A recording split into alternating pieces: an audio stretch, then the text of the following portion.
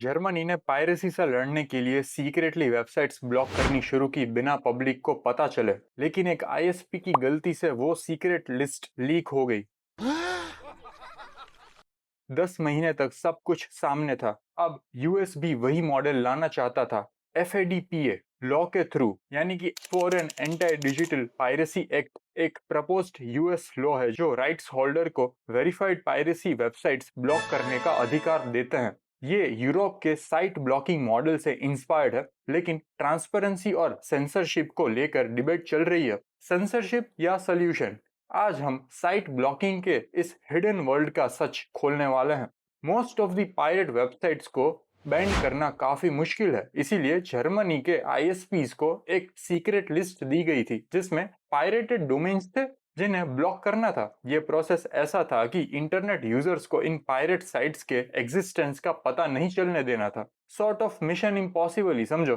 पर फिर ये बात सामने आई कि एक लोकल आईएसपी ने गलती से ये लिस्ट पब्लिक कर दी थी और 10 महीने तक ये लिस्ट सबको दिखाई दे रही थी। जैसे ही ये एक्सपोजर हुआ, आईएसपी ने जल्दी से इस लिस्ट को वापस छुपा दिया। अब ये रिस्पॉन्स एक और पॉइंट बन चुका था डिबेट का। जैसे कि यूएस में अब साइट ब्लॉकिंग प्रपोजल्स अब हॉटेस्ट न्यूज हो रहे थे। जैसे जैसे यूएस में साइट ब्लॉकिंग लेजिस्लेशन पर डिबेट बढ़ रही है, लोगों के व्यूज अब इमर्ज हो रहे हैं। जनवरी में रैप जोई लॉफग्रेन ने foreign anti digital piracy act introduce किया, जिसे हम एफएडीपीए के नाम से भी जानते हैं, जो ओवर अ डेकेड का साइट ब्लॉकिंग एक्सपीरियंस है जो यूएस के राइट्स होल्डर ने ओवरसीज सीखा और उनको यूएस के लिए टेलर किया गया था। साइट ब्लॉकिंग डिबेट की पोलराइजेशन: अगर एफएडीपीए लो बन गया तो राइट्स होल्डर को ये पावर मिलेगी कि वो वेरीफाइड पायरेट साइट्स को ब्लॉक कर सकते हैं जो फॉरेन या अज्यूम्ड फॉरेन ऑपरेटर्स द्वारा चलाए जा रहे हैं। आज के प्रपोजल्स में ये भी कहा गया है कि ब्लॉकिंग ऑर्डर्स आईएसपी और डीएनएस रिजॉल्वर्स दोनों को लगाए जाएंगे, जो कि यूरोप में एक कंट्रोवर्शियल ट्रेंड है। कुछ इंपॉर्टेंट चीजें, जैसे कि सपोर्टर्स का कहना है साइट ब्लॉकिंग को इफेक्टिव बनाए रखने के लिए ये जरूरी है कि ये कंटिन्यूसली अडेप्ट हो।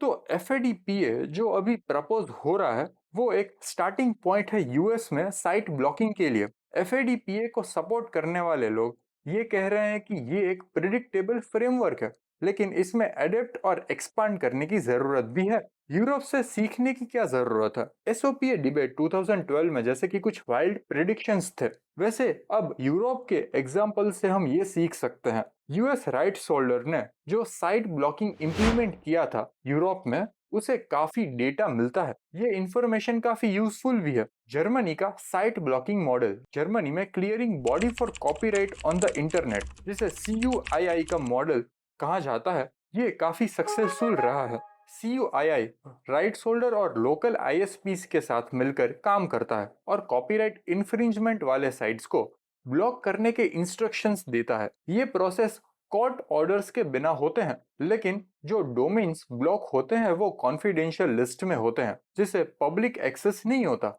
आईएसपी की गलती से लिस्ट एक्सपोजर पर एक सर्विस प्रोवाइडर जिसका नाम था 1&1 वर्सेटेल ने गलती से इस लिस्ट को पब्लिक कर दिया था। ये यूआरएल के थ्रू 10 महीने तक पब्लिक के लिए अवेलेबल रहा, जहां लोग देख सकते थे कि कौन से डोमेन्स को ब्लॉक किया गया है। इस एक्सपोज्ड लिस्ट में 300 से ज्यादा डोमेन्स थे, जो सीयूआईआई की वेबसाइट पे लिस्टेड 24 डोमेन से काफी ज्यादा थे। जर्मनी का साइट ब्लॉकिंग मॉडल काफी छोटा है अगर हम यूके, फ्रांस, इटली या स्पेन से कंपेयर करें, जहां बहुत सारी साइट्स ब्लॉक होती है। डोमेन की स्टोरी: पिछले साल डोमेन का केस सुना था, जो एक 17 साल का लड़का था और उसने CUII लिस्ट ई नाम के वेबसाइट से जर्मनी में ब्लॉक किए गए डोमेन्स का पता लगाया। डोमेन का कहना था कि CUII एक प्राइवेट ऑर्गेनाइजेशन है जो बिना कोर्ट ऑर्डर्स के भी वेबसाइट्स को ब्लॉक करती है और इसमें ट्रांसपेरेंसी काफी कम है।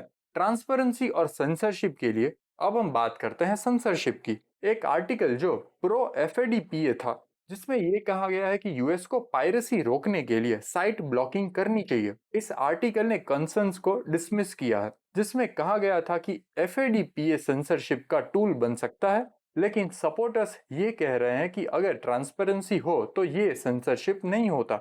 एफएडीपीए और ट्रांसपेरेंसी: यूएस में जो प्रपोजल्स है उसमें ट्रांसपेरेंसी का एलिमेंट शामिल है। पहले ब्लॉक किए गए प्लेटफॉर्म्स की ब्लॉकिंग ऑर्डर पब्लिकली अवेलेबल होगी, लेकिन जो फर्दर रिसोर्सेस ब्लॉक किए जाएंगे उनके लिए कोर्ट में वापस जाने की जरूरत नहीं पड़ेगी।